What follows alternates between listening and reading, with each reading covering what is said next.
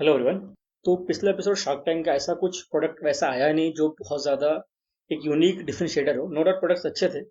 अच्छी बात ये थी कि तीन प्रोडक्ट आए थे और तीनों अलग अलग सेगमेंट को टारगेट कर रहे थे। तो पहला प्रोडक्ट था घर सोप, वो इनका टारगेट कर रहा था ब्यूटी सेगमेंट को। देन सेकंड जो प्रोडक्ट था वो जानित्री था, तो बेसिकली हेल्थ केयर को टारगेट कर रहे थे। और थर्ड जो प्रोडक्ट था वो बेसिकली एक लग्जरी वॉच था, जो बेसिकली लग्जरी सेगमेंट को टारगेट कर रहे थे। तो तीन डिफरेंट प्रोडक्ट तीन सेगमेंट के थे, बट कहीं ना कहीं मुझे ऐसा लगता है कि तीनों में से कोई ऐसा नहीं था जो पिछले एपिसोड की तरह या पिछले जो प्रोडक्ट्स कुछ कुछ आए थे जो कि बहुत स्टैंड आउट हो सके। तीनों में अपने अपने एक प्रॉब्लम्स थे। तो हम डिस्कस करेंगे एक एक करके तीनों को, बट आउट ऑफ विच मेरे को जानित्री सबसे अच्छा लगा था कि उसका इम्पैक्ट सबसे बड़ा है।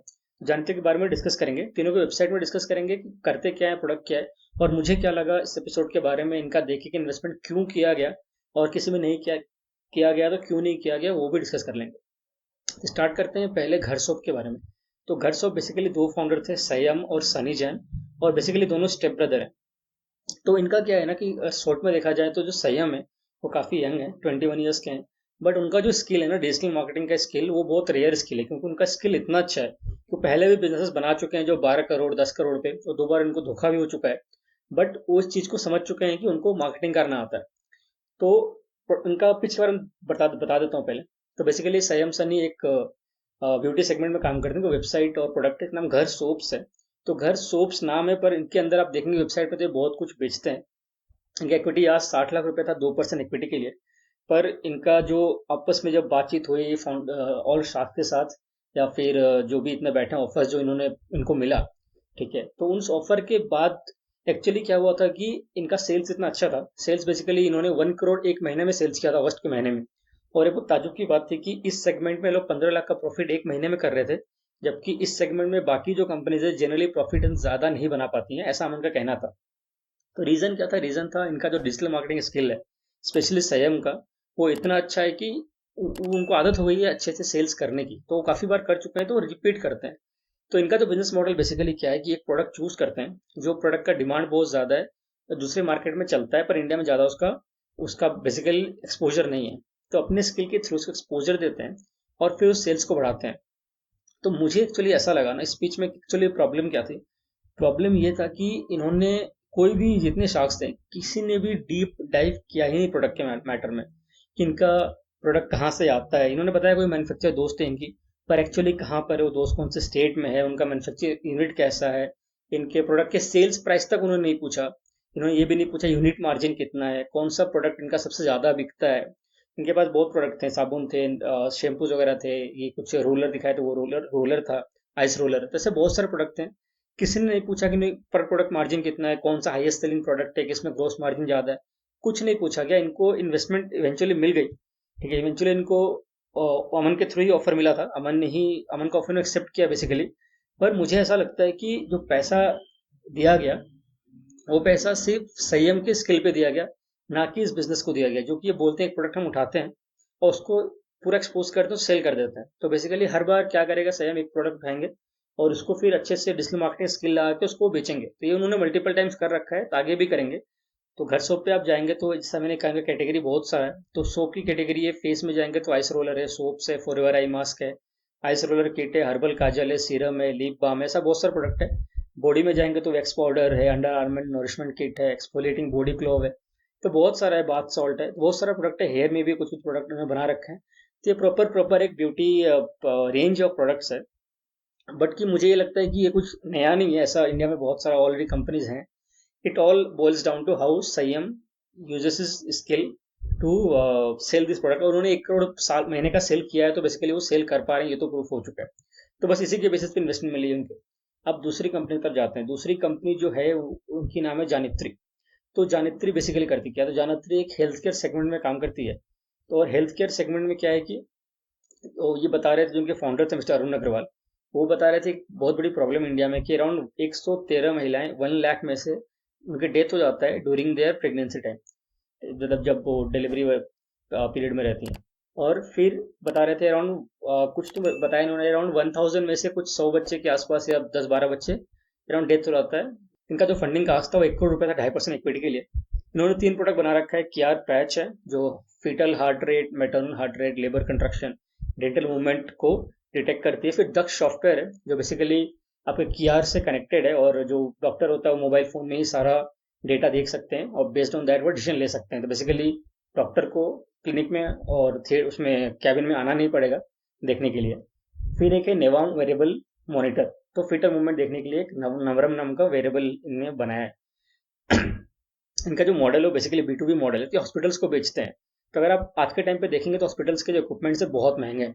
जस्ट फॉर एग्जांपल, अगर आप सिटी स्कैन का जो मशीन होता है सबसे सस्ता जो आता है वो भी 60 लाख 50-60 लाख रुपए का आता है।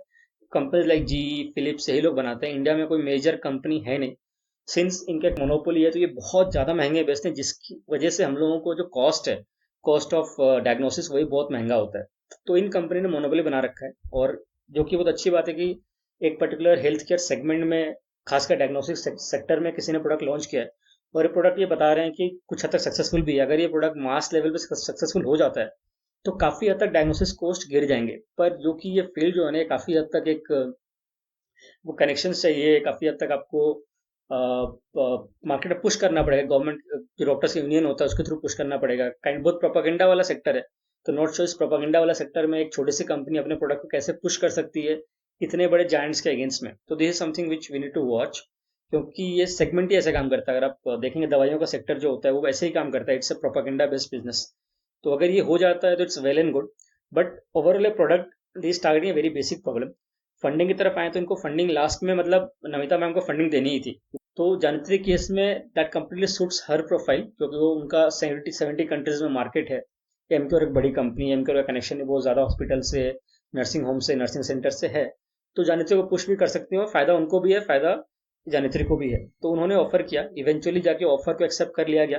कुछ ऑफर ऐसा था कि 1 करोड़ रुपीज ऑफर किया गया 2.5% इक्विटी पे, कंडीशन दैट कि अगले साल का जो फंडिंग होगा वो, अगले साल का जो सेल्स होगा 20 करोड़ हो जाएगा।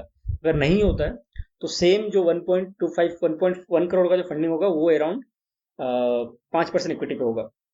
बट मोस्ट लाइकली जैसे कॉन्फिडेंस से बता रहे थे इनके फाउंडर अरुण अग्रवाल की, सेल हो जाएगा। तो ऑब्वियसली उनके पास पाइपलाइन में कुछ ना कुछ होगा कॉन्फिडेंस देने के लिए। तो हम कह सकते हैं इक्विटी ऑलमोस्ट 2.5% पे ही, 30 करोड़ की वैल्यूएशन पे ही सेट हुई है, 1 करोड़ के आसपास की वैल्यूएशन।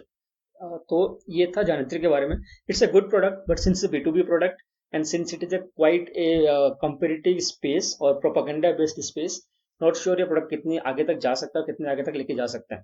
थर्ड प्रोडक्ट जो है वो है एक लग्जरी वॉच। जो लग्जरी वॉच है वो एक सोलो फाउंडर है। वो बेसिकली आते हैं जयपुर से, तो उनका जो नाम है घड़ी का वो भी जयपुर वॉच हाउस करके ही नाम है। ठीक है, तो उनका क्या है, उनका दो सेगमेंट है, दो प्रोडक्ट बनाते हैं। उनका नाम गौरव मेहता है फाउंडर का। तो उनके दो प्रोडक्ट है, एक उनका सेगमेंट है जिसको वो पीट बोलते हैं, दूसरा सेगमेंट जो है बी स्पोक बोलते हैं। तो जो पीट सेक्टर है वहां पर क्या होता है कि वो 20,000 से लेके 40,000 के आसपास का प्रोडक्ट बनाते हैं। और जो उनका bespoke सेक्टर है वो 1.5 लाख से लेके 24 लाख तक का वॉच बनाते हैं। तो लग्जरी सेगमेंट है। और ये कहते हैं कि इवन पीएम मोदी के पास भी इनका घड़ी है, बेसिकली वो यूज करते हैं इनके जयपुर वॉच हाउस का घड़ी। तो इनका जो फंडिंग का था वो 50 लाख रुपए था, 2% इक्विटी के लिए। और इनका एस्पिरेशन है कि इंडिया की तरफ से ग्लोबल ब्रांड जाए। अब इनसे पूछा गया कि जो ग्लोबल ब्रांड है वो आप बड़े बड़े स्टोर्स में क्यों नहीं रखवाते हैं, जो स्टोर्स जैसे आपका इथोस हो गए, फिर कपूर एंड सन्स हो गए दिल्ली में बेसिकली, तो आप क्यों नहीं रखवाते हैं? तो ये कह रहे हैं कि वो लोग इंटरेस्टेड नहीं है। वो लोग कहते हैं हमें स्विस वॉच ही चाहिए, इंडियन वॉच में हमें ज़्यादा कुछ इंटरेस्ट है नहीं। तो बेसिकली इन्होंने एक रास्ता ढूंढा था, 5 स्टार होटल से 5 होटल से टाई अप करा। उस होटल्स के थ्रू ये प्रोडक्ट बेचते हैं, क्योंकि फाइव स्टार होटल में जो आते हैं वो लोग अफोर्ड कर सकते हैं प्रोडक्ट, तो उसके थ्रू ये सेल करते हैं। द काइंड ऑफ इनका चैनल है। उसके अलावा इनका अपना एक स्टोर है, इनका वेबसाइट भी है जहाँ से 60% तक का सेल होता है। कैटेगरी वाइज इनका सेल्स देखें तो 80% इनके पास प्रेट कैटेगरी से आता है और 20% bespoke कैटेगरी से आता है। तो अब फंडिंग का क्या हो, फंडिंग इनको मिली नहीं। पर नहीं मिलने का कारण ये है कि, जो कि मुझे भी एक हिसाब से सही लगता है, अमन ने पहले कहा कि जो ब्रांड का पोजिशनिंग है, पोजिशनिंग थोड़ा कंफ्यूज है। तो कंफ्यूज इसलिए बताता हूँ कि अगर आप देखेंगे बोट का प्रोडक्ट, तो बोट का प्रोडक्ट है अफोर्डेबल येट स्टाइलिश प्रोडक्ट। ये कैटेगरी में गेम खेलता है बोट। आप बोट का ईयरफोन यूज कीजिए, सेनहाइजर का ईयरफोन यूज कीजिए, definitely you will find Sennheiser is much better than boat. But the price segment which Sennheiser comes in, boat उस प्राइस सेगमेंट में नहीं गेम खेलता है। तो अगर आप सेनहाइजर खरीदते हैं, you will never by boat. But अगर आप बोट खरीदते हैं, you will never go for by Sennheiser. तो इट्स अ प्राइस फैक्टर। तो ब्रांड का पोजिशनिंग बहुत इंपॉर्टेंट है। तो मैंने यही कहा था कि जो ब्रांड पोजिशनिंग है, और इस बात से बाकी स्टाफ भी एग्री करते हैं, ब्रांड का पोजिशनिंग जो है, पोजिशनिंग थोड़ा कंफ्यूज्ड है। Whether they want to target a upper middle class segment और they want to target a luxury segment, वो थोड़ा सा कंफ्यूज है। उसका रीजन इन्होंने बताया कि हम एक सेगमेंट में खेल के जो कि मैं बूस्टर फाउंडर अपने पैसे लगा रखे हैं, सोलो फाउंडर हूँ, मैं उतना इन्वेस्ट नहीं कर सकता, उतना बड़ा गेम नहीं खेल सकता, जो भी सही है। बट जो कि फंडिंग मांगने हैं इन्वेस्टर पॉइंट ऑफ व्यू से देखे तो इन्वेस्टर पैसा तभी लगाएगा जब उसको लगेगा कि यहाँ से पैसा बनेगा। तो इनको एक सेगमेंट चूज करना पड़ेगा। आइदर ये प्रीड कैटेगरी में जाए जहाँ पे 20 से 25 हजार 50 हजार के घड़ियाँ बेचे, या फिर ये उस सेगमेंट में चले जाए जहाँ पे ये 1.5 लाख 2 लाख 5 लाख की घड़ी बेचे, रोलेक्स वगैरह कैटेगरी में।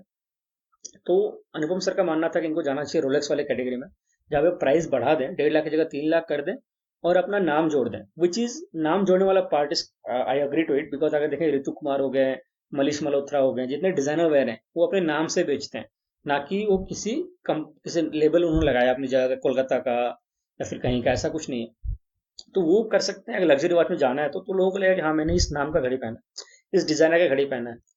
बट आई थिंक पर्सनली कि इनको जो पीट कैटेगरी ना वहाँ प्ले करना चाहिए। वो लग्जरी कैटेगरी में ऑलरेडी बहुत ज़्यादा कंपटीशन है, ठीक है, और उस लेवल में अगर रोलेक्स के बराबर आप जाना चाहते हैं तो थोड़ा सा मुश्किल हो जाएगा, specially if you are not coming from that kind of background. जो बेसिकली रोलेक्स का बैकग्राउंड हो गया, वो दे क्रिएट एस्पिरेशनल वॉचेस जिनका सेलिब्रिटी एंडोर्समेंट होता है। एंडोर्समेंट तो नहीं करता रोलेक्स कभी, पर पहनते जो सेलिब्रिटी है वैसे रियल लाइफ में पहनते हैं, एड में भी पहनते हैं। तो पर्सनली आई फील को पीट कैटेगरी में ही रहना चाहिए, जो कि मार्केट थोड़ा बड़ा है, and their watches are really beautiful as per the show. मैंने रियल लाइफ में कभी देखा नहीं है, obviously I don't own any of them, but so personally, I think Pete is something where he should work. But again, Saks knows better than me. So let's see how this Jaipur Watch House what they do future. अगर website आप देख सकते हैं Jaipur watch company नाम की है, sorry not house, Jaipur watch company and Jaipur watch. So घड़ियाँ इनकी बहुत ज़्यादा खूबसूरत है, एक्चुअली इट्स क्वाइट ब्यूटीफुल। अगर कोई खरीद पाता है 35 हजार 45 हजार, तो it can add it to a collection. और अगर आगे जाके देखते हैं तो देखिए सच्चे ब्यूटीफुल वॉच पिचवाई कलेक्शन जो है ये बहुत ज़्यादा खूबसूरत है। So it's more of a collectible than wearing day to day watch. और लग्जरी सेगमेंट में जो है इनका, वो तो अलग लेवल, वो गोल्ड वॉच बनाते हैं, ऐसी वैसी चीज़ें बनाते हैं, तो वो अलग लेवल पे चल रहा है। अगर अब देखते हैं आगे ये करते क्या, वेबसाइट देख के ये लग रहा है कि ये पीट कैटेगरी में है, ऐसा कुछ नहीं कि सिर्फ लग्जरी कैटेगरी में जाना चाहते हैं, क्योंकि फंडिंग मिली नहीं तो उस कनेक्शन मिला नहीं और पैसे मिले नहीं तो वहाँ पे जाके खेलना भी थोड़ा मुश्किल होता है। तो यही था उस एपिसोड के बारे में कि आपको कौन सा प्रोडक्ट ज़्यादा अच्छा लगा, कौन सी कंपनी ज़्यादा अच्छी लगी, कौन सी कंपनी आपको लगता है इम्पैक्ट पड़ा है, और उससे ज़्यादा इंपॉर्टेंट है कौन सी कंपनी आपको लगती है कि वहाँ से ग्रो कर पाएगी। मेरा ओपिनियन अगर जानेंगे तो मेरी ओपिनियन में जयपुर वॉच कंपनी है, they can grow further from here. Jaanetri is a different game, is a different industry जो कि बहुत ज़्यादा पॉलिटिकली साउंड इंडस्ट्री, आपका कनेक्शन चाहिए उस सेगमेंट में खेलने के लिए। एंड घर सोप जो है मुझे वो बस एक सम सिंगल पर्सन रन कंपनी लगता है, तो उसका खास कुछ ग्रोथ का मेरे को ऑप्शन दिखता नहीं है। तो let's see how this things fair up and all. So thank you so much for watching, stay happy, stay safe.